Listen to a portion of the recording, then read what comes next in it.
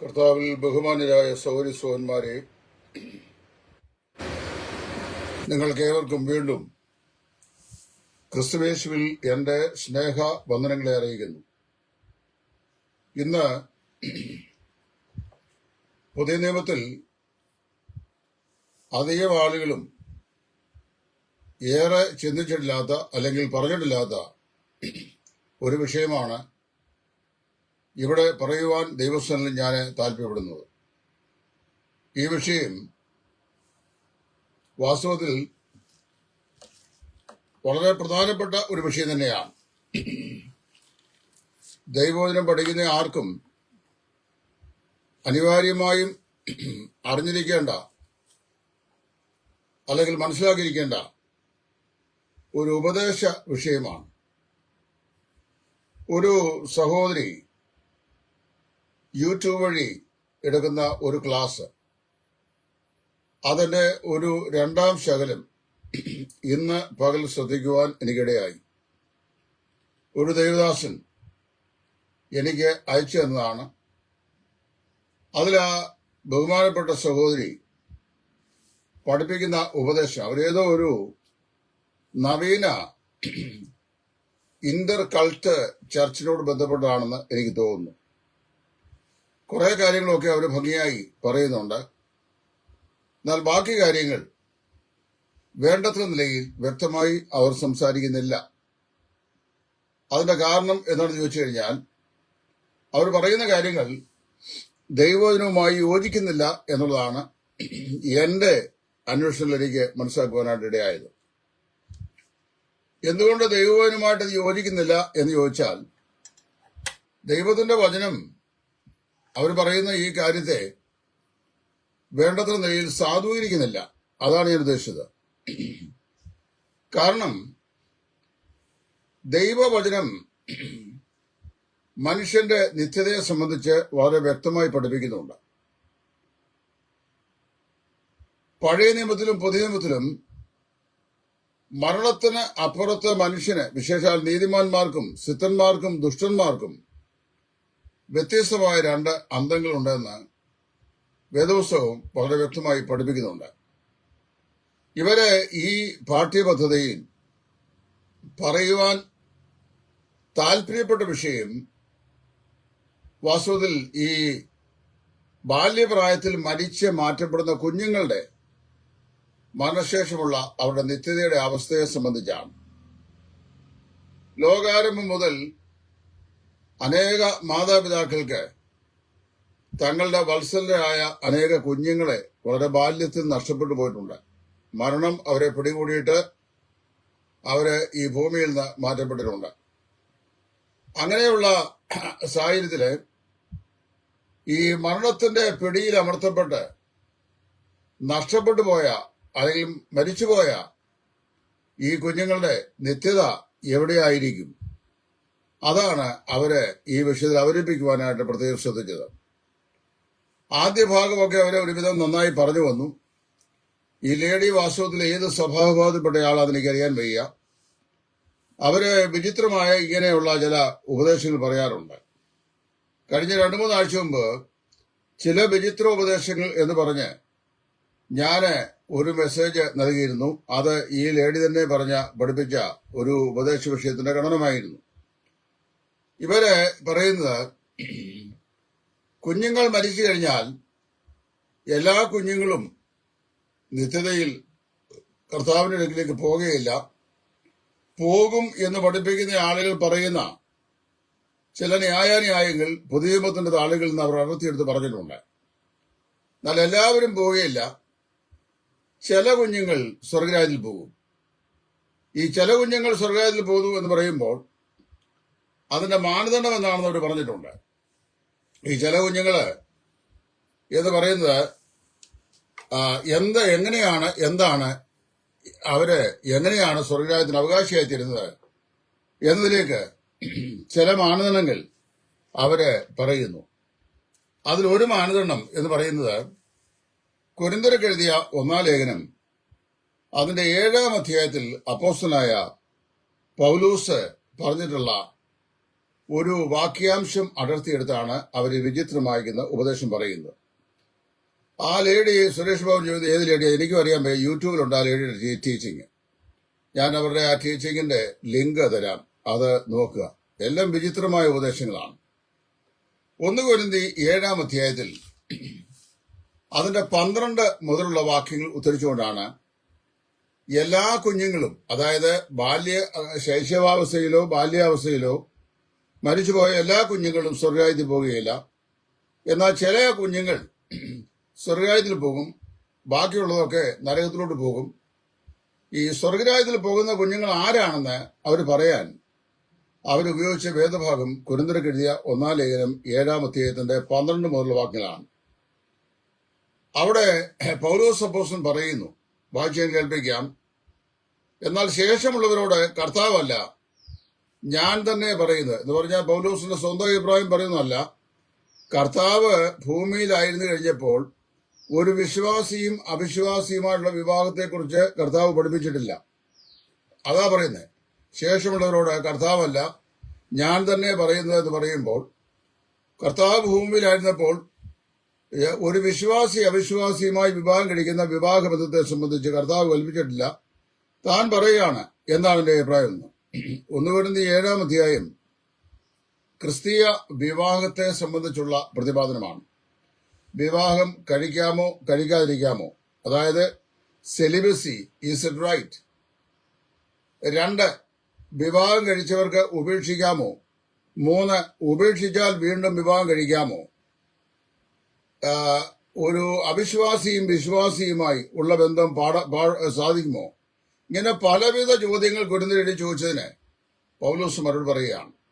അങ്ങനെ പറയുമ്പോൾ 12-ാം ഭാഗം പറയുകയാണ്, എന്നാൽ ശേഷമുള്ളവരോട് കർത്താവല്ല, ഞാൻ തന്നെ പറയുന്നത്, ഒരു സഹോദരന് അവിശ്വാസിയായ ഒരു ഭാര്യ ഉണ്ടായിരിക്കുകയും അവൾ അവനോടുകൂടെ പാർപ്പാൻ സമ്മതിക്കുകയും ചെയ്താൽ അവളെ ഉപേക്ഷിക്കരുത്.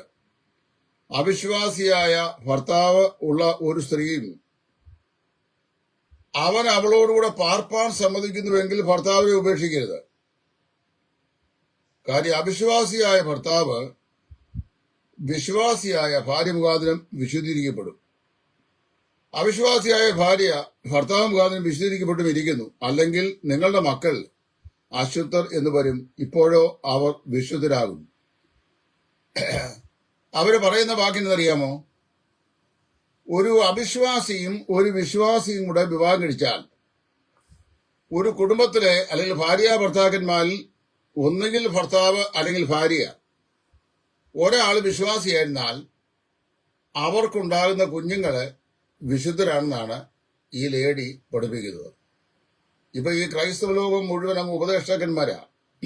ഡോക്ടർ വാൻ ഹാവനർ ഒരിക്കൽ എഴുതിയ പോലെ, the church of Jesus Christ is filled with many generals and few soldiers. അതായത് സഭ മുഴുവൻ ഒരുപാട് ജനറൽമാരും വിശ്വാസികൾ വളരെ കുറച്ചുമാണ്.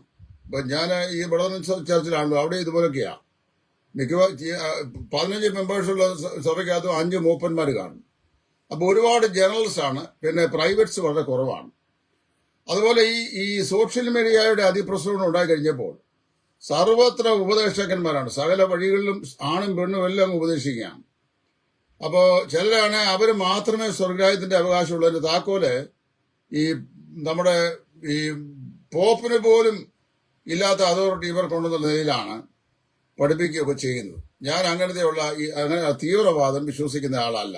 കാര്യം സ്വർഗ്ഗരാജ്യത്തിന്റെ താക്കോല് ഇവിടെ ഒരുത്തന്റെയും കയ്യിൽ ദൈവം തമ്പുരാൻ കൊടുത്തിട്ടില്ല, അത് കർത്താവിന്റെ കയ്യിൽ തന്നെയാണ്. സുവിശേഷം പ്രസംഗിക്കുക, രക്ഷിക്കപ്പെടുന്നവരെ കർത്താവ് സഭയോട് ചേർക്കുന്നു. ഇതാണ് ദൈവത്തിന്റെ വ്യവസ്ഥ.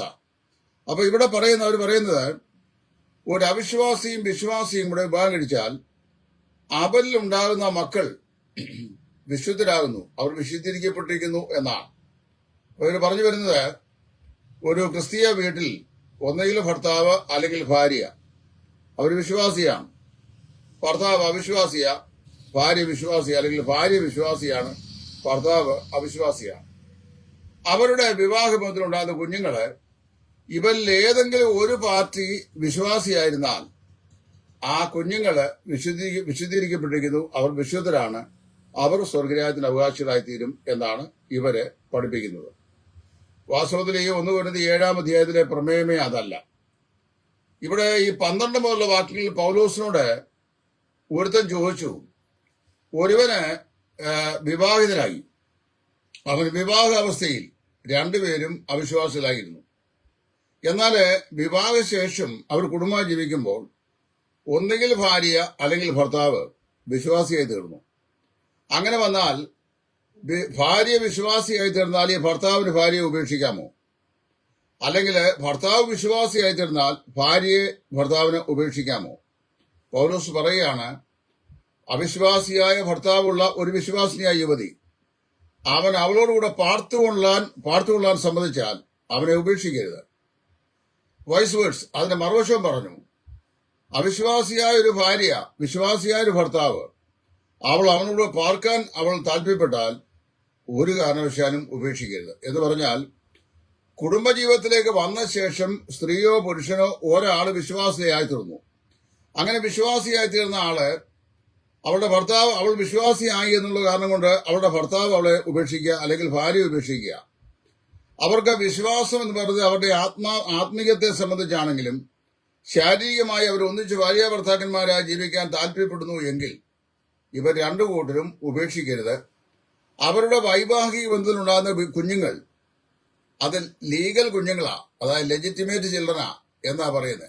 ഇവിടെ ഇങ്ങനെയുള്ള വിശ്വാസിയുമായ ഭർത്താവും ഭാര്യയുമായുള്ള ബന്ധത്തിൽ ഉണ്ടാകുന്ന കുഞ്ഞുങ്ങൾ വിശുദ്ധീകരിക്കപ്പെട്ടിരിക്കുന്നു എന്ന് പറയുന്നത്, വിശുദ്ധീകരിക്കുക എന്നുപയോഗിക്കുന്ന വാക്ക് ഹാഗിയാസു എന്ന വാക്കാണ്. To place apart or to separate എന്നാണ്, അല്ലെങ്കിൽ വേർതിരിക്കുക എന്നുള്ള അർത്ഥമാണ്. ആ കുഞ്ഞുങ്ങള് ഒരു പ്രത്യേക ആനുകൂല്യത്തിനായി വേർതിരിക്കപ്പെട്ടവരാ. അതായത് ആ കുഞ്ഞുങ്ങൾ വളർന്നു വരുമ്പോൾ അവരുടെ വീട്ടിൽ ഒന്നുകിൽ അമ്മ അല്ലെങ്കിൽ അച്ഛൻ അവരെ കർത്താവായ യേശുക്രിസ്തുവിനെ രക്ഷിതാവായി സ്വീകരിച്ചവരും പരിശുദ്ധാത്മാധിവാസവുമുള്ള ആളായതുകൊണ്ട് അവർ മുഖാന്തരമായി കർത്താവായ യേശുക്രിസ്തുവിനെ രക്ഷിതാവായി സ്വീകരിച്ച് രക്ഷ പ്രാപിക്കാനുള്ള ആനുകൂല്യം ഈ കുഞ്ഞുങ്ങൾക്കുള്ളവരാണ്. ആ ആനുകൂല്യത്തിനായി ഇവർ വേർതിരിക്കപ്പെട്ടിരിക്കുന്നു എന്നാണ് വിശുദ്ധീകരിക്കപ്പെട്ടിരിക്കുന്നു എന്നുള്ള വാക്കിന്റെ അർത്ഥം. അല്ലാതെ ഒരവിശ്വാസിയും വിശ്വാസിയും കൂടെ ഒന്നിച്ച് ഭാര്യ ഭർത്താക്കന്മാരായി രക്ഷിക്കപ്പെടുന്നതിന് മുമ്പുള്ള അവസ്ഥയാണ് പറഞ്ഞത്. അതായത് രക്ഷിക്കപ്പെടുമ്പോൾ അവിശ്വാസി, അതിനുശേഷം ഒരാൾ വിശ്വാസിയായി തീർന്നു. അവരുടെ കുടുംബജീവിതത്തിലുണ്ടാകുന്ന കുഞ്ഞുങ്ങൾ ഈ വിശ്വാസിയായ പാസ്റ്റർ മുഖാന്തരമായി രക്ഷിക്കപ്പെട്ടിരിക്കുന്നു അല്ലെങ്കിൽ വിശുദ്ധീകരിക്കപ്പെട്ടിരിക്കുന്നു, അവർ സ്വർഗത്തിൽ പോകുമെന്നാണ് ഈ സ്ത്രീ പഠിപ്പിച്ചത്. അങ്ങനെ വേദപുസ്തകത്തിൽ എവിടെയും പഠിപ്പിക്കുന്നില്ല. 51-ാം സങ്കീർത്തനം 5-ാം വാക്യപ്രകാരം ലോകത്തിലുള്ള സകല മനുഷ്യരും, അതായത് ദൈവഹൃദയപ്രകാരം ഉള്ളവനെന്ന് ദൈവം തന്നെ വിശേഷിപ്പിച്ച ദാവീദ് പോലും പറയുകയാണ്, behold I was shapen in iniquity and in sin did my mother conceive me. ഇതാ ഞാൻ അകൃത്യത്തിൽ ഉരുവായി പാപത്തിൽ എന്റെ അമ്മ എന്നെ ഗർഭംധരിച്ചു. റോമർ 3:23 ഒരു വ്യത്യാസവുമില്ല. എല്ലാവരും പാപം ചെയ്ത് ഒരുപോലെ ദൈവദേശം ഇല്ലാത്തവരായി തീർന്നിരിക്കുന്നു. റോമർ 6:23 പാപത്തിന്റെ ശമ്പളം മരണമത്രേ എന്ന് വ്യക്തമായി പറയുന്നു.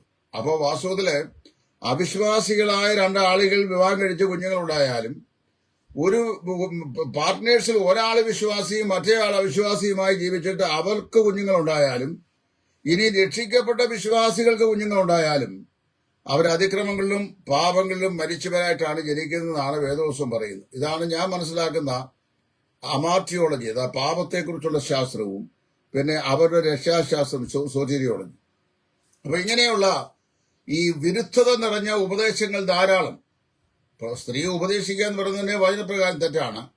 പിന്നെ ആ ഉപദേശം ഇവിടെ ഇടുകയും സാധാരണക്കാർ കേൾക്കുകയും ചെയ്യുമ്പോൾ ഈ 1 കൊരിന്ത്യർ 7-ാം അധ്യായത്തിന്റെ 12-ഉം 13-ഉം വാക്യങ്ങൾ കൊണ്ടുവച്ചുകൊണ്ട് രണ്ട് ജീവിത പങ്കാളികളിൽ ഒരുവൻ അല്ലെങ്കിൽ ഒരുവൾ വിശ്വാസിയായിരുന്നാൽ അവരുടെ ദാമ്പത്യത്തിൽ ഉണ്ടാകുന്ന കുഞ്ഞുങ്ങൾ ആ വിശ്വാസിയായ പങ്കാളി മുഖാന്തരമായി വിശുദ്ധീകരിക്കപ്പെട്ടവരാണ്.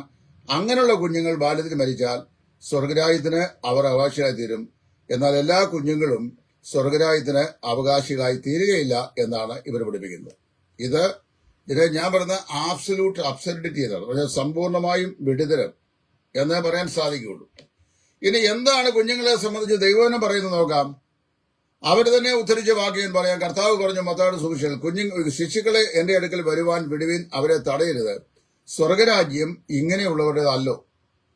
വാസ്തവത്തില് ഒരു മനുഷ്യൻ ജനിക്കുന്നത് പാപത്തിലാണെങ്കിലും നമ്മുടെ കർത്താവായ യേശു ക്രിസ്തു മുഴു ലോകത്തിന്റെയും പാപത്തിന്റെ പരിഹാരത്തിന് വേണ്ടിയാണ് ക്രൂശിൽ യാഗമായത് എന്ന് പറയുമ്പോൾ അവൻ സർവ്വലോകത്തിന്റെയും പാപങ്ങൾക്ക് പ്രായശ്ചിത്തമാകുന്നു എന്ന് യോഹന്നാൻ പറയുന്നു. അവൻ he's the propitiation for the sin of the whole world. സർവ്വലോകത്തിന്റെയും പാപത്തിന് ക്രിസ്തു പ്രായശ്ചിത്തമാകുന്നു. അപ്പൊ യേശു ക്രിസ്തുവിന്റെ പ്രായശ്ചിത്ത ബലി എന്ന് പറയുന്നത് ലോകത്തിലുള്ള എല്ലാ മനുഷ്യന്റെയും irrespective of caste, colour, religion or nationality, നിറമോ ജാതിയോ വംശമോ വർഗമോ ദേശീയതയോ ഒന്നും കണക്കാക്കാതെ ലോകത്തിലുള്ള എല്ലാ മനുഷ്യന്റെയും പാപത്തിന് പ്രായശ്ചിത്തമായിട്ടാണ് യേശു ക്രിസ്തു ക്രൂശിൽ മരിച്ചത്. അപ്പോൾ കർത്താവായ യേശു ക്രിസ്തുവിന്റെ ക്രൂശിലെ മരണത്താൽ സർവ്വ മനുഷ്യന്റെയും പാപത്തിന് ക്രിസ്തു ക്രൂശിൽ പരിഹാരം വരുത്തിയിരിക്കുന്നു. അതൊരിക്കലും എന്നേക്കുമായി ചെയ്ത പ്രവൃത്തിയാണ്. ഇവിടുത്തെ വിവക്ഷ എന്ന് പറയുന്നത് യേശു ക്രിസ്തു കാൽവറിലെ ക്രൂശിൽ പാപങ്ങൾക്ക് പരിഹാരം വരുത്തിയതുകൊണ്ട് ഈ ഗ്ലോറിയസ് ഗോസ്പൽ എന്ന് പറയുന്ന ഒരു വിഭാഗമുണ്ട്. നമ്മുടെ ഷിബു പീഡിയത്തിലൊക്കെയുള്ള വിഭാഗമാണ്. ഗ്ലോറിയസ് ഗോസ്പലുകാരുടെ ഉപദേശം എന്ന് ചോദിച്ചു കഴിഞ്ഞാൽ കർത്താവായ യേശു ക്രിസ്തു സർവ്വ ലോകത്തിന്റെയും പാപങ്ങൾക്ക് പരിഹാരം വരുത്തിയിരിക്കുന്നു. അതുകൊണ്ട് ഇനിയും സുവിശേഷം ആരോടും പ്രസംഗിക്കേണ്ട ആവശ്യമില്ല, ആരും വീണ്ടും ജനിക്കേണ്ട ആവശ്യമില്ല.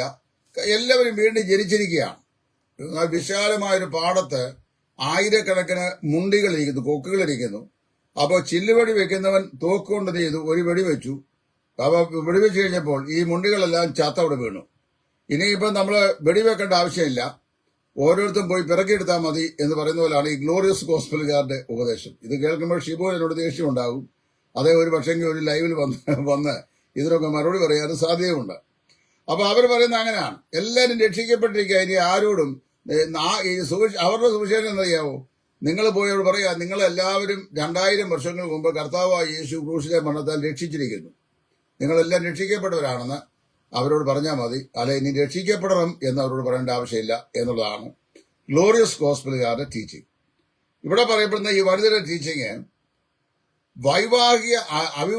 വൈവാഹിക സമയത്ത് രണ്ടുപേരും അവിശ്വാസികളായിരിക്കുകയും വിവാഹം കഴിഞ്ഞ ശേഷം പങ്കാളികളിൽ ഒരാൾ വിശ്വാസിയായി തീരുകയും ചെയ്താൽ ആ വിശ്വാസിനികൾ വിവാഹമോചനം ചെയ്യാൻ പാടില്ല.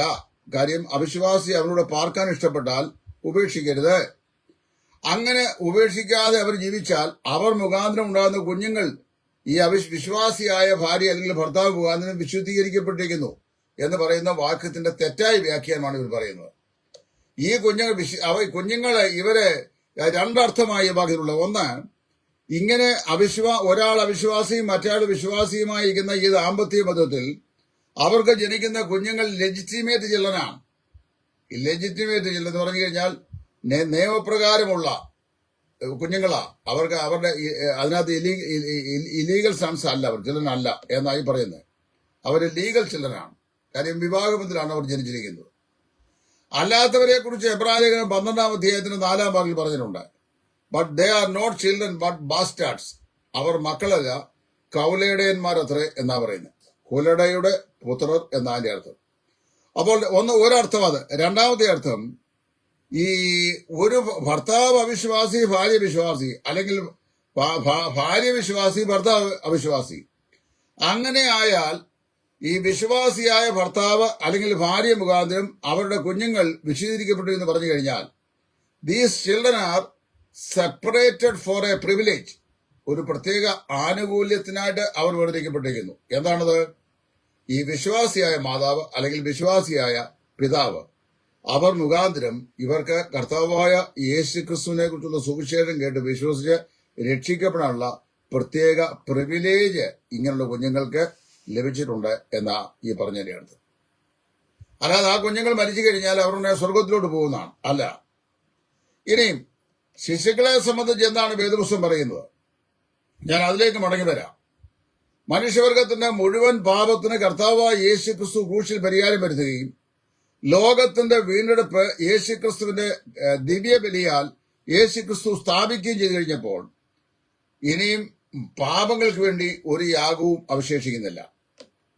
എന്നാൽ വേദപുസ്തകം മനസ്സിലാക്കുമ്പോൾ എല്ലാ ശിശുക്കളും ജനിച്ചിരിക്കുന്നത് പാപത്തിലാണ്. ഇതാ ഞാൻ അകൃത്യത്തിൽ ഒരു പാപത്തിൽ എന്റെ അമ്മ എന്നെ ഗർഭം ധരിച്ചു. എല്ലാ ശിശുക്കളും ജനിച്ചിരിക്കുന്ന പാപത്തിലാണെങ്കിലും പാപം മനുഷ്യന് കണക്കിടുന്നത് അവന്റെ അവന്റെ ഏജ് ഓഫ് കൗണ്ടബിലിറ്റി അനുസരിച്ചാണ്. അതായത് ഈ കർത്താവായ യേശു ക്രിസ്തുവിന്റെ പാപപരിഹാര ബലിയുടെ ആവശ്യകതയും വീണ്ടും ജനനത്തിന്റെ ആവശ്യകതയും പാപത്തിന്റെ ഭയാനകതയെക്കുറിച്ചും ഒരു ശിശുവിന് ബോധ്യത വരുവാൻ കഴിയുന്ന പ്രായം, അതിനെയാണ് ഏജ് ഓഫ് കൗണ്ടബിലിറ്റി എന്ന് പറയുന്നത്. അപ്പൊ അത് പല ആളുകൾക്കും പലതില്ലായിരിക്കാം. മഹാനായ സ്പർജന് 9-ാമത്തെ വയസ്സിൽ രക്ഷിക്കപ്പെട്ടവനാണ്. ഞാൻ 9-ാമത്തെ വയസ്സിൽ രക്ഷിക്കപ്പെട്ട ആളാണ്. ഇന്നലെ രാത്രി കർത്താവായ യേശുവിനെ രക്ഷിതാവായി സ്വീകരിച്ച പോലെയാണ് എന്റെ മനസ്സിനകത്ത് ആ അനുഭവം ഇപ്പോഴും ഇരിക്കുന്നത്. 9-ാമത്തെ വയസ്സിൽ രക്ഷിക്കപ്പെട്ടവരുണ്ട്, 7-ാമത്തെ വയസ്സിൽ രക്ഷിക്കപ്പെട്ടവരുണ്ട്, 15-ാമത്തെ വയസ്സിൽ രക്ഷിക്കപ്പെട്ട. അപ്പൊ it differs from people to people the age of accountability. അപ്പോൾ അവിടെ നമ്മൾ മനസ്സിലാക്കേണ്ട വിഷയം, ഈ യഹൂദന്മാരുടെ ഇടയില് ഏജ് ഓഫ് കൗണ്ടബിലിറ്റി കണക്കാക്കിയിരുന്നത് സുമാർ 7 വർഷമാണ്.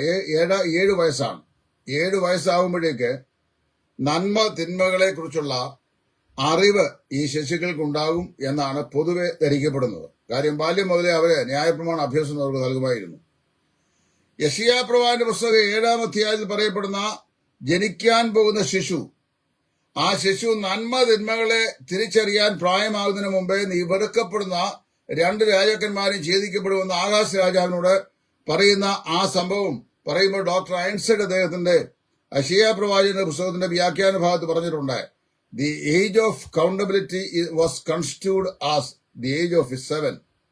7 വയസ്സ് എന്നാണ് കണക്കാക്കപ്പെടുന്നത്. അപ്പൊ ഇത് ഞാൻ പറഞ്ഞല്ലോ, പല ആളുകളും വ്യത്യസ്തമായിരിക്കാം. എന്നാല് ഈ നന്മ തിന്മകളെ കുറിച്ച് തിരിച്ചറിയാൻ കഴിയാത്തൊരു ശിശു ആ നന്മ തിന്മകളെ കുറിച്ച് തിരിച്ചറിയാൻ കഴിയുന്ന പ്രായമാകുന്നതിന് മുമ്പ് മരിച്ചു മാറ്റപ്പെട്ടാൽ ആ ശിശുവിന് ജാതിയോ വർഗമോ വർണ്ണമോ ദേശീയതയോ ഭാഷയോ ഒന്നും ബാധകമല്ലാതെ ആ ശിശു സ്വർഗരാജ്യത്തിന്റെ അവകാശിയായിരിക്കും. അതിന്റെ കാരണം എന്താണെന്ന് ചോദിച്ചു കഴിഞ്ഞാൽ അവൻ മുഴു ലോകത്തിന്റെയും പ്രായശ്ചിത്തമാകുന്നു. കർത്താവായ യേശു ക്രിസ്തു സർവ്വലോകത്തിന്റെയും പ്രായശ്ചിത്തം ആകുന്നു.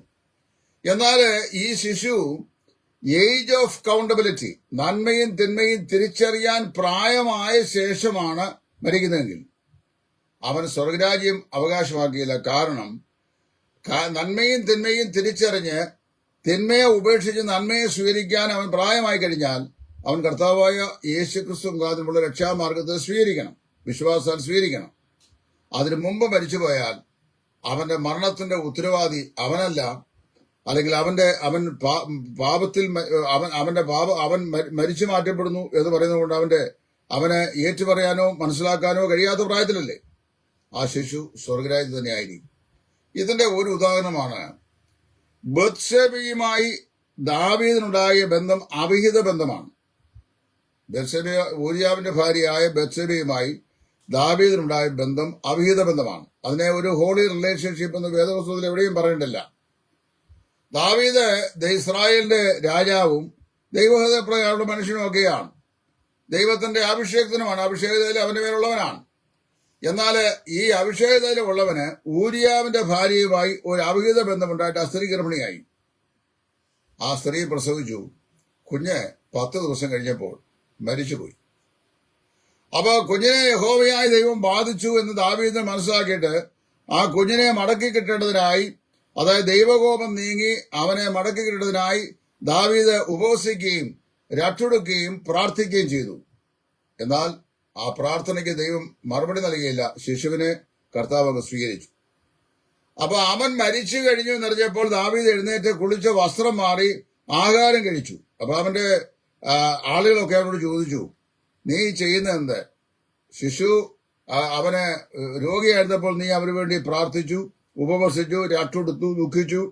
ഇപ്പോൾ അവൻ മരിച്ചു കഴിഞ്ഞപ്പോൾ നീ എഴുന്നേറ്റ് വസ്ത്രം മാറി കുളിച്ച് നീ ആഹാരം കഴിക്കുന്നു, ഇതെന്ത് എന്ന് ചോദിച്ചപ്പോൾ ദാവീദ് പറയുന്ന വാക്കാണ് ഈ ശിശുക്കളുടെ നിത്യതയെ സംബന്ധിച്ചുള്ള അടിസ്ഥാനപരമായ ഉപദേശവാക്യം. ഞാൻ ഇനി അവന്റെ അടുക്കിലേക്ക് പോകുകയല്ലാതെ അവന് എന്റെ അടുക്കിലേക്ക് വരുവാൻ സാധിക്കില്ലല്ലോ.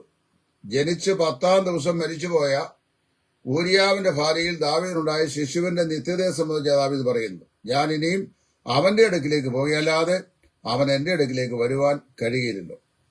ഇത് ലോകത്തിലുള്ള എല്ലാ മനുഷ്യന്റെയും കാര്യം അങ്ങനെയാണ്. ഒരു നിരീശ്വരന്റെ മകനും അല്ലെങ്കിൽ മകളും ഈ നന്മതിന്മകളെ തിരിച്ചറിയാൻ പ്രായമാകുന്നതിന് മുമ്പാണ് മരിച്ചു പോകുന്നതെങ്കിൽ ആ ശിശുവിന്റെ പാപത്തിന്റെ പരിഹാരം കർത്താവായ യേശു ക്രൂശിൽ വരുത്തി കഴിഞ്ഞു. അവന്റെ വീണ്ടും യേശു ക്രിസ്തു ക്രൂശിൽ വരുത്തി കഴിഞ്ഞു. എന്നാൽ യേശു ക്രിസ്തു മരിച്ചത് തന്റെ പാപത്തിന് വേണ്ടിയാണ് എന്ന് അവൻ വിശ്വസിച്ച് അത് സ്വീകരിക്കാൻ പ്രായമാകുന്നതിന് മുമ്പ് അല്ലെങ്കിൽ തിരിച്ചറിവാകുന്നതിന് മുമ്പ് അവൻ മരിച്ചുപോയാൽ ദൈവം അവന്റെ ലംഘനങ്ങളെ ക്രിസ്തുവിൽ കണക്കിട്ടിരിക്കുന്നു. റോമാലയത്തിൽ അങ്ങനെ പറയുന്നു, ദൈവം ക്രിസ്തുവിൽ നമ്മുടെ ലംഘനങ്ങളെ കണക്കിട്ടിരിക്കുന്നു. അങ്ങനെ കണക്കിട്ടിരിക്കിയാൽ ആ ശിശു സ്വർഗരാജ്യത്തിന് അവകാശിയായി. കഴിഞ്ഞ ദിവസം എന്നോട് ചോദിച്ചു, ഏതാണ്ട് 140 കോടിയോളം വരുന്ന ലോകത്തിലെ മുസ്ലിങ്ങൾ അവരാരും യേശു ക്രിസ്തുവിൽ രക്ഷകനായി വിശ്വസിക്കുന്നവരല്ല, ദൈവിക തൃത്വത്തിൽ വിശ്വസിക്കുന്നവരല്ല, യേശു ക്രിസ്തുവിന്റെ കന്യകാജനത്തിൽ വിശ്വസിക്കുന്നവരല്ല, യേശു ക്രിസ്തു പാപികൾക്ക് വേണ്ടി മരിച്ചു എന്ന് വിശ്വസിക്കുന്നവരല്ല, യേശു ഉയർത്തു എന്ന് വിശ്വസിക്കുന്നവരല്ല. അപ്പൊ അങ്ങനെയുള്ള ആളുകളുടെ മക്കളോ എന്ന് ചോദിച്ചു. മുസൽമാന്റെയോ ഒരു ജൈനന്റെയോ ബുദ്ധന്റെയോ അക്രൈസ്തവനായ ഹിന്ദുവിന്റെയോ നാമധേയ ക്രിസ്ത്യാനിയുടെയോ ലോകത്ത് ഒരു നിരീശ്വരന്റെയോ ദൈവത്തെക്കുറിച്ച് ഒരിക്കൽ പോലും ജീവിതത്തിൽ കേട്ടിട്ടില്ലാത്ത ആമസോൺ ഉൾക്കാടിൽ കഴിയുന്ന കാട്ടാളന്മാരായ ആളുകളുടെ മക്കളോ അവരായാലും before if they die before they reach the age of accountability അവർ നിത്യതയിലുണ്ടായിരിക്കും. കാരണം അവരുടെ പാപത്തിന്റെ പരിഹാരം ദൈവം ക്രൂശിൽ കർത്താവായ യേശു ക്രിസ്തുവിൽ കണക്കിട്ട് കഴിഞ്ഞു. എന്നാൽ നന്മതിന്മകളെ അറിയാൻ പ്രായമായ ശേഷമാണ് ഈ ബാലൻ മരിക്കുന്നതെങ്കിൽ അവന് നിത്യതയിൽ കർത്താവിന് ഉണ്ടായിരിക്കില്ല. കാരണം അറിയാമോ, അവൻ നന്മയും തിന്മയും തിരിച്ചറിയാൻ പ്രായമായി കഴിയുമ്പോൾ അവന്റെ പാപത്തിന്റെ പരിഹാരത്തിന് വേണ്ടി ദൈവം ഒരുക്കിയ രക്ഷാമാർഗത്തെ വിശ്വാസത്താൽ അവൻ അംഗീകരിക്കുകയല്ല, വേറെ യാതൊരു മാർഗവും ഇല്ല. അതുകൊണ്ട് എനിക്ക് വാസ്തവത്തില് ഈ ലേഡിയുടെ ഈ പേരോ നാളോ അവര് എവിടുത്തുകാരാണ്, ഏത് സഭയിൽപ്പെട്ട ആളാണ്, ഇത്യാദി കാര്യങ്ങളൊന്നും എനിക്കറിയാൻ വയ്യ. ശിശുക്കൾ എല്ലാവരും സ്വർഗത്തിൽ പോകുമോ എന്നുള്ള ഒരു ചോദ്യത്തിന്റെ അടിയിലാണ് അവരുടെ ഈ ഓഡിയോ മെസ്സേജ് യൂട്യൂബിലുള്ളത്. യൂട്യൂബിൽ ഇതിനകത്ത് തപ്പിയെടുത്ത് ആരാണ് ഇയാളെന്ന് നോക്കണം. അത് മെസ്സേജ് ഞാൻ കേട്ടു. അപ്പൊ അവര് പറയുന്നത് 1 കൊരിന്ത്യർ 7-ാം അധ്യായത്തിന്റെ 12-ാം വാക്യത്തിൽ പറയപ്പെടുന്ന ഈ വിശ്വാസിയായ പങ്കാളിയും അവിശ്വാസിയായ പങ്കാളിയും മുഖാന്തരമായി ഉണ്ടായ കുഞ്ഞുങ്ങൾ വിശ്വാസിയായ പങ്കാളി മുഖാന്തരം വിശദീകരിക്കപ്പെട്ടിരിക്കുന്നു. ആ കുഞ്ഞ് മരിച്ചുപോയാൽ അത് സ്വർഗരാജ്യത്തിൽ പോകും, അല്ലാതെ ലോകത്തിലുള്ള എല്ലാ കുഞ്ഞുങ്ങളും മരിച്ചാൽ അവർ സ്വർഗരാജ്യത്തിൽ പോകുകയില്ല എന്നാണ് പഠിപ്പിക്കുന്നത്. വേദപുസ്തകം അങ്ങനെയല്ല പറയുന്നത്. ശിശുക്കൾക്ക് നിങ്ങൾ തിരിഞ്ഞ് ഈ ശിശുക്കളെ പോലെ ആകുന്നില്ല എങ്കിൽ സ്വർഗരാജ്യത്തിൽ പ്രവേശിപ്പാൻ നിങ്ങൾക്ക് കഴിയുകയില്ലെന്നാണ് ശിഷ്യന്മാർ പറഞ്ഞത്. എന്താണ് ഈ ശിശുവിന്റെ പ്രത്യേകത? അത് കളങ്കമില്ലാത്ത സ്വഭാവമുള്ള ആണ് ശിശു. 2, അതിന് പാപത്തെക്കുറിച്ച് യാതൊരു ബോധവുമില്ല. കാര്യം അതിന് പാപം എന്താണെന്ന് അറിയാൻ വയ്യ. കാര്യം നിർമ്മലമാണ് അതിന്റെ മനസാക്ഷിയും അതിന്റെ ഹൃദയവും. 3, പാപം എന്താണെന്ന് തിരിച്ചറിയാൻ കഴിയാത്ത വിശുദ്ധ അവസ്ഥയാണ് അതിനുള്ളത്. അപ്പൊ അതിന്റെ ബുദ്ധിമണ്ഡലത്തിലോ ചിന്താമണ്ഡലത്തിലോ പാപം എന്താണ്, അശുദ്ധി എന്താണ്, അല്ലെങ്കിൽ നരകം എന്താണ്, സ്വർഗം എന്താണ്, ഇതൊന്നും തിരിച്ചറിയാനുള്ള പ്രാപ്തിയോ കഴിവോ ആയില്ലാത്ത ഒന്നാണ്. വെറും നിർമ്മലമായ മനസ്സിന്റെ ഉടമയുള്ള ഒന്നാണ് ശിശു എന്ന് പറയുന്നത്. അപ്പൊ നിങ്ങൾ അവരെ പോലെ തിരിയണം എന്ന് പറഞ്ഞു കഴിഞ്ഞാൽ ഒരു ശിശു സമാനരായി തീരണം എന്നാണ് അർത്ഥം. നിഷ്കളങ്കരായി തീരണം. നിങ്ങൾക്ക് പാപത്തെക്കുറിച്ച് ബോധമില്ലാത്തൊരവസ്ഥയിലേക്ക് എന്ന് പറഞ്ഞാൽ നിങ്ങൾ വിശുദ്ധരാണ്, അല്ലെങ്കിൽ കാര്യങ്ങൾ എന്താണെന്ന് മനസ്സിലാക്കാൻ, പാപത്തെ മനസ്സിലാക്കാൻ കഴിയാത്ത ഒരു അവസ്ഥയാണ് ഈ ശിശുവിനുള്ളത്. അതാ കർത്താവും പറഞ്ഞത്. അപ്പൊ അങ്ങനെ വരുമ്പോൾ ലോകത്തിലുള്ള സകല മനുഷ്യരും, റിലീജിയസ് ആൻഡ് നോൺ റിലീജിയസ് എന്ന് പറഞ്ഞാൽ മതവിശ്വാസത്തിൽപ്പെട്ടവരും അല്ലാത്തവരുമായ എല്ലാ ആളുകളുടെയും നന്മയും തിന്മയും തമ്മിൽ തിരിച്ചറിയാൻ പ്രാപ്തിയാകുന്നതിന് മുമ്പ് മരിച്ചു മാറ്റപ്പെടുന്ന എല്ലാ ബാലിക ബാലന്മാരും സ്വർഗരാജ്യത്തിലുണ്ടായിരിക്കും. കാരണം നമ്മൾ വായിക്കുന്നത് അവര് നന്മതിന്മകളെ തിരിച്ചറിയാൻ പ്രാപ്തരാകും മുമ്പാണ് മരിച്ചു മാറ്റപ്പെട്ടത്. അതിനവർ ഉത്തരവാദികളല്ല. അവരുടെ ജന്മനാ ഉള്ള പാപം, അല്ലാതെ ആദാമിൽ കൂടി അവരിലേക്ക് പകരപ്പെട്ടിരിക്കുന്ന പാപത്തിനാണ് ക്രിസ്തു ക്രൂശിന്മേൽ പരിഹാരം വരുത്തിയിരിക്കുന്നത്. എന്നാൽ ആ ശിശുക്കൾ വളർന്ന് നന്മയും തിന്മയും തിരിച്ചറിയാൻ പ്രാപ്തിയായി കഴിയും ശേഷം അവർ മരിക്കുന്നെങ്കിൽ കർത്താവായ യേശു ക്രിസ്തു മുഖാന്തരമുള്ള രക്ഷാമാർഗം അവർ മനഃപൂർവ്വമായി വിശ്വാസത്താൽ സ്വീകരിച്ചില്ല എന്ന കാരണത്താൽ അവർക്ക് നിത്യ സ്വർഗം അവകാശമായി ലഭിക്കില്ല. ഇവിടെ ഈ 1 കൊരിന്ത്യർ 7:12 സബ്സ്റ്റിറ്റ്യൂട്ട് ചെയ്തുകൊണ്ട് ആ ലേഡി പറഞ്ഞ വ്യാഖ്യാനം വചനവിരുദ്ധമാണ്. വേദപുസ്തകവും അങ്ങനെ പഠിപ്പിക്കുന്നില്ല. ഇനി അടുത്ത ഒന്നുകൂടെ ഞാൻ പറയാം. ഈ ഓട്ടിസം ബാധിച്ച കുഞ്ഞുങ്ങൾ, അവർ ബാലന്മാരോ ബാലികമാരോ യുവാക്കളോ ആകട്ടെ അല്ലെ യുവതികളോ ആകട്ടെ, ഓട്ടിസം, അതുപോലെ തന്നെ മന്ദബുദ്ധികളായ കാര്യങ്ങളെ ബുദ്ധിക്ക് വികാസം പ്രാപിച്ചിട്ടില്ലാത്ത കുഞ്ഞുങ്ങൾ, ചെവി കേൾക്കാൻ വയ്യാത്ത അല്ലെങ്കിൽ കണ്ണ് കാണാൻ വയ്യാത്ത ചെവിയും കേൾക്കാൻ വയ്യാത്ത കുഞ്ഞുങ്ങൾ, അവര് പ്രായമായാലും അവരെ വാസ്തവത്തില് ഈ യേശുക്രിസ്തുവിൽ വിശ്വസിച്ചില്ല എന്ന കാരണത്താൽ അവരെ നരകത്തിലേക്ക് ദൈവം തള്ളിയിടുമെന്ന് പറഞ്ഞാൽ വിശ്വസിക്കാൻ സാധിക്കില്ല.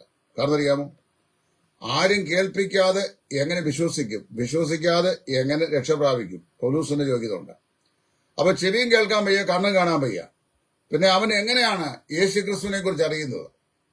അപ്പോൾ അതിന് റോമാലേഖനം 2-ാം അധ്യായത്തിൽ പറയുമ്പോൾ 7 നിലയിലുള്ള ന്യായവിധിയെക്കുറിച്ച് അപ്പോസ്തലനായ പൗലോസ് പറഞ്ഞിട്ടുണ്ട്. ഒരിക്കൽ ഞാൻ മെസ്സേജ് അവിടെ പണ്ട് ചെയ്തതാണ്.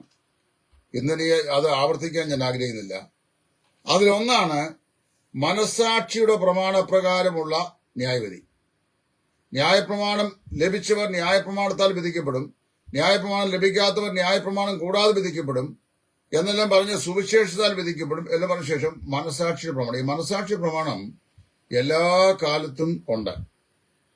ഇന്ന് ജീവിച്ചിരിക്കുന്ന നാം കൃപായുഗത്തിലാണെങ്കിലും കൃപായുഗത്തിലും മനസ്സാക്ഷിയുടെ പ്രമാണമുണ്ട്. കാരണം അറിയാമോ, സുവിശേഷം കൃത്യമായി എത്തിച്ചേർന്നിട്ടില്ലാത്ത ലക്ഷക്കണക്കിന് ഗ്രാമപ്രദേശങ്ങൾ ലോകത്തിന്റെ 5 വൻകരകളിലായിട്ട് ഇപ്പോഴുമുണ്ട്. പ്രത്യേകിച്ച് ചൈനയില്, അതുപോലെ തന്നെ അറബിക് വേൾഡില്, ഇവിടെയൊക്കെ നമുക്ക് ഇപ്പൊ ഇവിടെ കിടന്ന ഇന്ത്യയിലെ മുഴുവനും 3000 സുവിശേഷന്മാരും സോഷ്യൽ മീഡിയ കൂടിയുള്ള വലിയ വൻകിട ആത്മീക പദ്ധതികളും കച്ചവടങ്ങളും പ്രവചനങ്ങളും എല്ലാം നടക്കുന്നുണ്ടല്ലോ. സൗദി അറേബ്യയിലോ അറബ് രാജ്യങ്ങളിലോ ഒക്കെ പോയി അവിടുത്തെ ഏതെങ്കിലും ഒരു അറബിയുടെ വീട്ടിൽ കയറി സുവിശേഷം പറയാൻ നമുക്ക് സ്വാതന്ത്ര്യമുണ്ടോ? നമ്മൾ പറയുന്നവർ കേൾക്കുന്നുണ്ടോ? അപ്പൊ അങ്ങനെ ആണെങ്കിൽ ഈ സുവിശേഷം വേണ്ടത്ര നിലയിൽ കേട്ടിട്ടില്ലാത്ത, ആ നിലയിൽ ക്രിസ്തുവേശുള്ള വിശ്വാസമുള്ള ഒരു മാനസാന്തരത്തെക്കുറിച്ചും പാപത്തിന്റെ ഫലത്തെക്കുറിച്ചും അല്ലെങ്കിൽ പാപത്തിന്റെ പരിഹാരത്തെക്കുറിച്ചും അറിഞ്ഞിട്ടില്ലാത്ത ലക്ഷക്കണക്കിന് കോടിക്കണക്കിന് ആളുകൾ ഇന്ന് ഭൂമിയിലുണ്ട്. അപ്പൊ അവരെ ദൈവം എങ്ങനെയായി വിധിക്കും എന്ന് ചോദിച്ചു കഴിഞ്ഞാൽ അതിനുള്ള ഏറ്റവും ലളിതമായ ഉത്തരം, ദൈവം മനസാക്ഷിയുടെ ഒരു പ്രമാണം ഇപ്പോഴും ആപ്ലിക്കബിളായി വെച്ചിട്ടുണ്ട്. അവരുടെ മനസാക്ഷി ദൈവം അവരെ വിധിക്കും. അതിനപ്പുറത്ത് വേറെ ഒരു കാര്യം, ഒരിക്കൽ പോലും സുവിശേഷം കേട്ടില്ലാത്തവൻ, ഒരിക്കൽ പോലും സുവിശേഷത എന്താണെന്ന് അറിയാൻ വയ്യാത്തവൻ, അവനെ എങ്ങനെയാ സുവിശേഷം ന്യായം വിധിക്കുന്നത്? ഇന്ത്യൻ റോഡ് നിയമം നമുക്കിവിടെ തന്നിട്ടുണ്ട്. എങ്ങനെയാണ് വണ്ടി ഓടിക്കേണ്ടത് എന്നതിനെ കുറിച്ച് ഒരു നിയമാവലിയുണ്ട്. ആ നിയമാവലി പാലിക്കാൻ നമ്മൾ ബാധ്യസ്ഥരാണ്. ആ നിയമാവലി അറിയാതെ, നിയമാവലി കൃത്യമായി അറിയാവുന്നവർക്കാണ് ഡ്രൈവിംഗ് ലൈസൻസ് ഈ മോട്ടോർ വെഹിക്കിൾ ഡിപ്പാർട്ട്മെന്റ് കൊടുക്കുന്നത്. അപ്പൊ അവർ ആ നിയമാവലികൾ വെച്ച് വണ്ടി ഓടിക്കും, വാഹനം ഓടിക്കും. എന്നാല് നിയമവും കാര്യങ്ങളും ഒന്നുമില്ലാത്തൊരു രാജ്യത്തെയോ അല്ലെങ്കിൽ സംവിധാനത്തെയോ ചിന്തിച്ചു നോക്കുക. ഇല്ലാത്തൊരു നിയമം കൊണ്ട് നമുക്ക് ആരെയും ശിക്ഷിക്കാൻ പറ്റുമോ? പണ്ട് സൈമൺ സാറിനെ ഈ മാർത്തോമാ സഭയുടെ മതകോടതി തിരുവല്ലായി വെച്ച് വിസ്തരിച്ചു. ആ വിസ്താരം അദ്ദേഹത്തിന്റെ ജീവചരിത്ര പുസ്തകത്തിൽ അത് എഴുതിയിട്ടുണ്ട്. അപ്പൊ ആ വിസ്താരം വേർപാട് സഭകളുടെ ചരിത്രം എന്ന് പറയുന്ന പുസ്തകം എഴുതിയിട്ടുണ്ട്. ആ വിസ്താരത്തില് ഐരൂര് അച്ഛനാണ് അദ്ദേഹത്തെ വിസ്തരിച്ചത്. അപ്പൊ വിസ്തരിക്കുന്ന സമയത്ത് അദ്ദേഹത്തോട് ചോദിച്ചു, നിങ്ങളുടെ പേര്? അദ്ദേഹം പറഞ്ഞ പേര് സൈമൺ. പിന്നെ സ്ഥലം? അദ്ദേഹം പറഞ്ഞു ഇടയാറുമുള. നിങ്ങളുടെ ഇടവക? അദ്ദേഹം പറഞ്ഞു ലാഹ, സെന്തോൺ ലാഹ, ഇടയാറുമുള. നിങ്ങളുടെ പിന്നെ അങ്ങോട്ട് ചോദ്യം ചോദിച്ചപ്പോൾ നിങ്ങളെന്നെ വിസ്തരിക്കുകയാണോ എന്ന് ചോദിച്ചു. നിങ്ങളെന്നെ വിസ്തരിക്കുകയാണോ? അപ്പം സൈമൺ സാർ ചോദിച്ചപ്പം മാർത്തോമാ സഭയുടെ മതകോടതി മുമ്പാകെ തിരുവല്ലയിൽ പുലാത്തിൽ വെച്ചാണ് വിസ്തരിക്കുന്നത്. അങ്ങനെ നിങ്ങളെന്നെ വിസ്തരിക്കുകയാണെന്ന് ചോദിച്ചു കഴിഞ്ഞപ്പോൾ അദ്ദേഹം ഈ അരിവച്ചൻ പറഞ്ഞു, ഞങ്ങളോട് പ്രതിചോദ്യം ചോദിക്കുവാൻ നിനക്ക് അവകാശമില്ല. ഞങ്ങളോട് പ്രതിചോദ്യം ചോദിക്കാൻ നിനക്ക് അവകാശം ഇല്ല എന്ന് പറഞ്ഞു. അപ്പൊ അദ്ദേഹം ചോദിച്ചു, നിങ്ങൾ ഏത് നിയമം വെച്ചാണ് എന്നെ ക്വസ്റ്റ്യൻ ചെയ്യുന്നത്? നിങ്ങൾ ഏത് നിയമം വെച്ചാണ് എന്നെ ചോദ്യം ചെയ്യുന്നത്? പിന്നെ ഇത് കോടതിയാണെങ്കിൽ ഒരു നിയമാവലി ഉണ്ടായിരിക്കണമല്ലോ. അപ്പൊ അതിലൊച്ചും പറഞ്ഞു, അങ്ങനെ ഒരു നിയമാവലി ഞങ്ങൾക്കില്ല. അപ്പൊ നിയമാവലി ഇല്ല എന്ന് പറഞ്ഞു കഴിഞ്ഞപ്പോൾ അദ്ദേഹം ചോദിച്ചു, ലോകത്തിൽ ഏതെങ്കിലും ഒരു കോടതി, നിയമമില്ലാത്ത ഒരു കോടതി ഇല്ലാത്ത നിയമം വെച്ച് ആരെയെങ്കിലും വിസ്തരിച്ചതായിട്ട് കേട്ടിട്ടുണ്ടോ എന്ന് ചോദിച്ചു. അന്ന് അദ്ദേഹം ആ വിസ്താരവേളയിൽ ഉണ്ടായിരുന്ന ഒരു കോടതി ഉദ്യോഗസ്ഥൻ പറഞ്ഞത്, ഞാൻ ഇത്ര വർഷമായി കോടതിയിൽ ജോലി ചെയ്തിട്ട് ഇന്ന് വരെ സൈമൺ ചോദിച്ച ഒരു ചോദ്യം ആരും ചോദിക്കുന്നതായി ഞാൻ കേട്ടില്ല എന്നാ പറയുന്നത്. കാര്യം ഇല്ലാത്ത നിയമം വെച്ചുകൊണ്ട് ഒരു കോടതിക്ക് ഒരു ആളിനെ വിസ്തരിക്കാൻ അവകാശമുണ്ട്. നിയമം കൊണ്ടാണ് വിസ്തരിക്കുന്നത് എന്ന് പറഞ്ഞ പോലെ നമ്മള് ഒരു പാപിയെ ദൈവം ശിക്ഷ വിധിക്കുന്നത് ഒരു നിയമം വേണം. ചെവി കേൾക്കാൻ വയ്യാത്ത, കണ്ണു കാണാൻ വയ്യാത്ത ഒരാള് സുവിശേഷം കേട്ടില്ല, വിശ്വസിച്ചില്ല എന്നതിന്റെ പേരിൽ അദ്ദേഹത്തെ നരകത്തിൽ ദൈവം തള്ളിയിടുമോ? ഇല്ല. അപ്പൊ അങ്ങനെയുള്ളവർക്ക് വേണ്ടി ദൈവം മനസ്സാക്ഷിയുടെ പ്രമാണം ഇന്നും അത് വെച്ചിട്ടുണ്ട്. എന്നാൽ പൊതുവിൽ മനുഷ്യൻ രക്ഷിക്കപ്പെടാനുള്ള മാർഗം കർത്താവായ യേശു ക്രിസ്തുവിൽ വിശ്വസിക്കുക എന്നുള്ളത് മാത്രമാണ്. ഇനി അതിനേക്കാൾ വ്യത്യസ്തമായ മറ്റൊരു കാര്യം, ശിശുക്കളെ സംബന്ധിച്ച് ലോകത്തിലുള്ള എല്ലാ മതവിഭാഗങ്ങളിൽപ്പെട്ടവരും ഇനി മതവിശ്വാസം ഇല്ലാത്തവരുടെ വിഭാഗങ്ങളിൽപ്പെട്ടവരുമായ ശിശുക്കൾ, അവരെ നമ്മൾ വായിക്കുന്നത് അവരുടെ ആത്മരക്ഷ എന്ന് പറയുന്നത് അത് കർത്താവായ യേശു ക്രിസ്തുവിൽ അവർ വിശ്വസിച്ചോ ഇല്ലയോ എന്നുള്ള അടിസ്ഥാനത്തിലല്ല, അവരുടെയും കൂടെ ആദാമിൽ കൂടി പകരപ്പെട്ടിരിക്കുന്ന പാപത്തിന്റെ പരിഹാരത്തിന് വേണ്ടിയാണ് കർത്താവായ യേശു ക്രൂശിന്മേൽ മരിച്ചത് എന്നുള്ളത് കൊണ്ട് ക്രിസ്തുവിന്റെ മരണത്തിൽ ഇവരുടെ പാപത്തിന്റെ ശിക്ഷ കർത്താവായ യേശു ക്രിസ്തു സഹിച്ചു കഴിഞ്ഞു. അപ്പോൾ അവർക്ക് നിത്യമായിരിക്കുന്ന സ്വർഗരാജ്യം അവകാശമുണ്ട്. എന്നാൽ അവര് നന്മതിന്മകളെ തിരിച്ചറിയാൻ പ്രായമായ ശേഷമാണ് മരിക്കുന്നതെങ്കിൽ അതിന്റെ ഏജിന് ഒരു ഫിക്സഡ് ഡേറ്റ് പറയാൻ പറ്റുകയില്ല.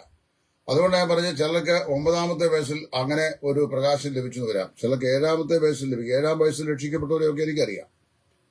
മഹാനായ സ്പർജൻ 9ാം വയസ്സിൽ രക്ഷിക്കപ്പെട്ടവനാണ്. അപ്പൊ it varies from people to people. അതുകൊണ്ട് അതിനുശേഷമാണ് ഈ മരിക്കുന്നതെങ്കിൽ സുവിശേഷം അനുസരിച്ചിട്ടില്ല എന്നുള്ള ശിക്ഷ അല്ലെങ്കിൽ കുറ്റം നിമിത്തം അവർക്ക് ശിക്ഷാവിധി ഉണ്ടാകും. എന്നാൽ അതിനു മുമ്പ് മരിച്ചുപോയാൽ ജാതി, മത, വർഗ, വർണ്ണ, ദേശീയതാ വ്യത്യാസം കൂടാതെ ലോകത്തുള്ള സകല ശിശുക്കളും if they die before they reach the age of accountability, അവരുടെ നിത്യത സ്വർഗത്തിൽ കർത്താവിലൂടെ ആയിരിക്കും എന്നാണ് ദൈവ വചനത്തിലൂടെ ഞാൻ മനസ്സിലാക്കുന്നത്. അതുകൊണ്ട് ഇവിടെ പറയപ്പെടുന്ന ഈ ലേഡി ഈ യൂട്യൂബിൽ പറയുന്ന ഈ പ്രസ്താവന ശരിയല്ല.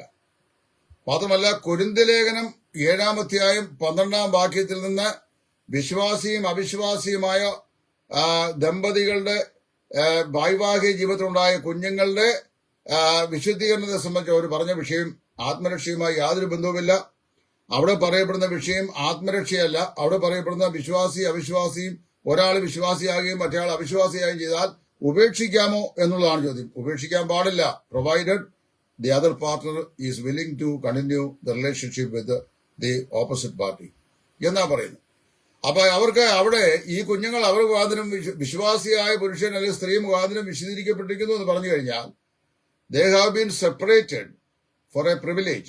അതായത് ഭാഗ്യാസ് എന്ന വാക്കാണ് ഞാൻ ആദ്യം തന്നെ ഓർപ്പിച്ചല്ലോ, to place apart for a particular purpose. ഇങ്ങനെയുള്ള കുഞ്ഞുങ്ങൾക്ക് സുവിശേഷം ഈ വിശ്വാസിയാകുന്ന പാർട്ണർ മുഖാന്തരം കേൾക്കുവാനും വിശ്വസിക്കുവാനുമുള്ള ആനുകൂല്യത ദൈവം നൽകിയിട്ടുണ്ട് എന്നാണ് ഈ പറയുന്നതിന്റെ അർത്ഥം. വേദപുസ്തകത്തെ ദുർവ്യാഖ്യാനം ചെയ്താൽ അല്ലെങ്കിൽ അതിന്റെ കോണ്ടെക്സ്റ്റ് എന്താണെന്ന് വ്യക്തമായി മനസ്സിലാക്കാതെ വ്യാഖ്യാനിച്ചാൽ ഇങ്ങനെയുള്ള അബദ്ധങ്ങൾ സംഭവിക്കും. അത് കഴിഞ്ഞ് പിന്നെ ആ സ്ത്രീ കുറെ കൂടെ പോയി റാപ്ചലില് കൂടെ കടന്നു പോയിട്ട് പിന്നെ മഹോദ്രവത്തിന്റെ മധ്യഭാഗത്ത് കുറെ പേർ എടുക്കപ്പെടുന്നു, അതിന്റെ അന്ത്യത്തിൽ കുറെ പേർ എടുക്കപ്പെടുന്നു. ഇങ്ങനെയുള്ള വിഷയത്തിൽ പുള്ളിക്കാരി ഒരു റെവലേഷൻ മിഡ് ട്രിബുലേഷൻ സ്പെഷ്യലിസ്റ്റ് ആണെന്ന് എനിക്ക് തോന്നുന്നത്. കാര്യം ഇങ്ങനെ എവിടെ ചെന്നാലും ഏത് ക്ലാസ്സിലും പുള്ളിക്കാരി ട്രിബുലേഷൻ പീരീഡിലേക്ക് കൂടെ കൊണ്ടുപോയാണ് ഇത് അവസാനിപ്പിക്കുന്നത്. വളരെ സ്വീറ്റ് ആണ് അവരുടെ പ്രസന്റേഷൻ. അവർ കുറച്ച് സ്റ്റഡി ചെയ്തൊക്കെയാണ് അത് പറയുന്നത്. പക്ഷേ that study is not actually in a correlation with the teachings of the word of God. ദൈവവചന പ്രകാരമുള്ള ബന്ധത്തിലല്ല അത് പഠിപ്പിക്കുന്നത് മാത്രമേ ഉള്ളൂ. അതുകൊണ്ട് എന്നെ കേൾക്കുന്ന ഏതെങ്കിലും പ്രിയപ്പെട്ടവർ, നിങ്ങളുടെ ശിശുക്കൾ, അവരെ നന്മതിന്മകളെ തിരിച്ചറിയാൻ പ്രായമാകുന്നതിന് മുമ്പ് രോഗത്താലോ ആകസ്മികമായോ അപകടങ്ങളാലോ മരിച്ചു മാറ്റപ്പെട്ടിട്ടുണ്ടെങ്കിൽ ആ കുഞ്ഞുങ്ങളുടെ ആത്മാവിന്റെ നിത്യതയെ സംബന്ധിച്ച് യാതൊരു കാരണവശാലും നിങ്ങൾ സംശയിക്കേണ്ട. അവരുടെ പാപം കർത്താവായ യേശു ക്രിസ്തുവിന്റെ ക്രൂശിലെ മരണത്തിൽ എന്നേക്കുമായി കർത്താവ് ചുമന്ന് ഒഴിച്ചിരിക്കുകയാലും ആ കാര്യം മനസ്സിലാക്കി കർത്താവിനെ സ്വീകരിക്കാൻ അവര് പ്രായത്തിലേക്ക് വരുന്നതിന് മുമ്പ് തന്നെ അവർക്ക് മരണം സംഭവിച്ചിരിക്കുകയാലും അവരുടെ പാപങ്ങൾ കർത്താവായ യേശു ക്രിസ്തുവിന്റെ ബലിമരണത്തിൽ എന്നേക്കുമായി മോചിക്കപ്പെട്ടിരിക്കുന്നു. അവർ നിത്യതയിൽ കർത്താവിനൂടെ ഉണ്ടായിരിക്കും. അവരിൽ ആരും തന്നെ നരക അഗ്നിയിൽ ഉണ്ടാവുകയില്ല, ശിക്ഷാവിധിയിൽ ഉണ്ടാവുകയില്ല എന്നുള്ള കാര്യം പ്രത്യേകാൽ ഞാൻ ഇവിടെ ഓർപ്പിക്കുന്നു. ആ ലേഡി പറയുന്ന ഒരു ന്യായമുണ്ട്. ഈ വെള്ളസിംഹാസന ന്യായ മുമ്പാകെ ആബാലവൃത്തം എല്ലാ മരിച്ചവർ അവന്റെ മുമ്പാകെ നിന്നു എന്നുള്ള ഒരു വിഷയമുണ്ട്. അത് വെച്ചുകൊണ്ടാണ് പറയുന്നത്. അവിടെ ആബാലവൃത്തം വരുന്ന ബാലന്മാർ തുടങ്ങി വൃത്തന്മാർ വരെ എന്നുള്ളത് പറഞ്ഞു കഴിഞ്ഞാൽ മൊത്തം കമ്മ്യൂണിറ്റിയിലുള്ള ആൾക്കാരെയും കൂടെ ജനറലൈസ് ചെയ്ത് പറയുകയാണ്. അതിൽ രക്ഷിക്കപ്പെടാതെ ഈ നന്മതിന്മകളെ കുറിച്ചുള്ള പ്രായം തിരിച്ചറിയാനുള്ള പ്രായം എത്തിയ ശേഷം മരിച്ചുപോയ ബാലന്മാർ അവരെ കർത്താവിനുമായി കണക്കൊടുക്കേണ്ടായി വരും. അല്ലാത്തവർ സ്വർഗായത്തിൽ ഉണ്ടായിരിക്കും.